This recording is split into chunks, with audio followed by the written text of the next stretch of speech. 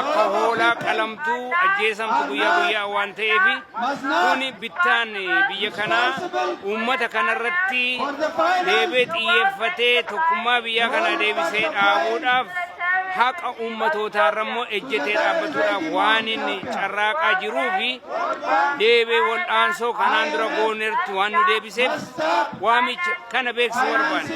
Iyyannoo sagalee qeerroo Oromoo addunyaaf qaqqabsiisuu barbaannaa jecha gabaabatti kanadhaan nuti dhufneef. Maqaan koo Aadde Zannabach Gummeessaa jedhama. Washington DC tiraayi. Har'a wanti asitti argameef dhumaatii uummata keenyarra gahaa jiru, dhumaatii dubartoota keenyarratti ta'aa jiru akka dhaabbatu, barattoonni keenya barumsa isaaniitti deebi'anii akka baratan, ajjeechaan uummata keenyarra akka dhaabbatu, command postiin naannoo Gujii West Oromiyaa iddoo hundumaarraa akka ka'u kana balaaleffachuun dhufee kanaan booda duuti uummata keenyarraa haa dhaabbatu, filannoon dhugaa Oromiyaa keessatti haa deemu. Nuti nagaan filannoo keenya irratti hirmannee nagaadhaan jiraachuu barbaanna. Ijoolleen keenya akka duutu ammas hin barbaannu.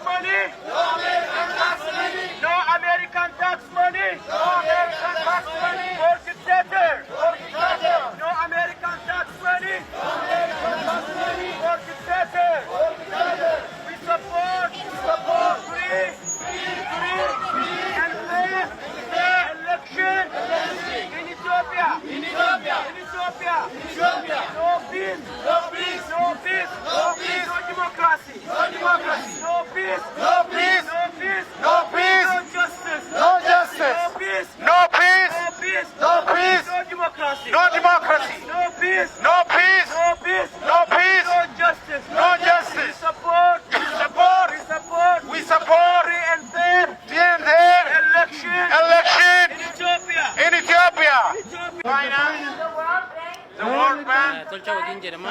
Hiriirri keenya har'aa kuni biyya Oromiyaa keessatti guddina dhiyaa fi guddina kibbaa keessatti command postiin uummata daraaraa jiru akka uummata keessa bahu.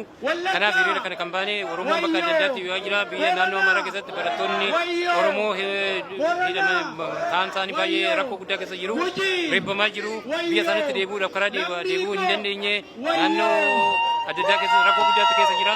Kanaaf gara guddina yeroo ammaa kana immoo konneekshiniin Wallagga guddina Arfaanen keessa iyyuu hin jiru, uummanni rakkamaa jira, miidiyaan hin jiru, uummanni dhumaa jira. Rakkoo guddaatu jira. Kanaaf hiriira baanee ta'uu jira jechuudha. Kanaaf yeroo ammaa kana mootummaan waraana isaa command postii naannoo sanatti ramadee ta'uu jiru atattamaan naannoo sanaa naannoo Oromiyaa keessaa akka atattamaan kaasu kan jedhu hiriira kamaan waane command postiin bara yeroo duratti illee bara yeroo mootummaan olaantummaa Tigree jiru keessa command postiin yookiin ji'a sagal yookiin ji'a sadii ta'a amma waggaa tokko darbeera ulmoos gara waggaa lamaaf deema. Uummanni keenya daraaramaa jira. Uummanni keenya giddu galeessatti biyya Oromiyaa irratti guddina Gujiitti namoonni baay'ee hedduu du'aa jiru, rakkataa jiru. Kanaaf gara bahaa keessatti immoo waraanni hidhattoonni satanaa uummata daraaraa jiru.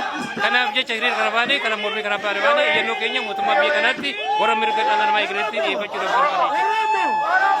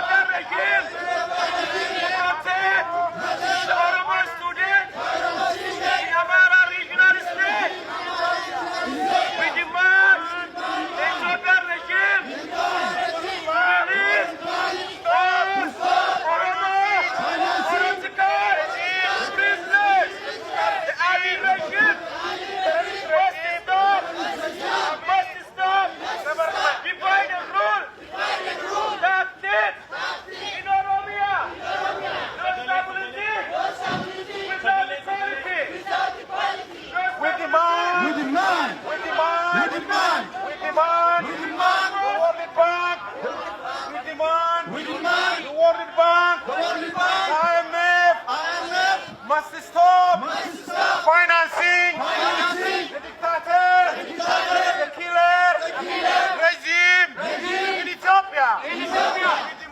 We demand the World Bank to stop financing the tyranny regime, the brutal regime, the terrorist regime of Abiy government.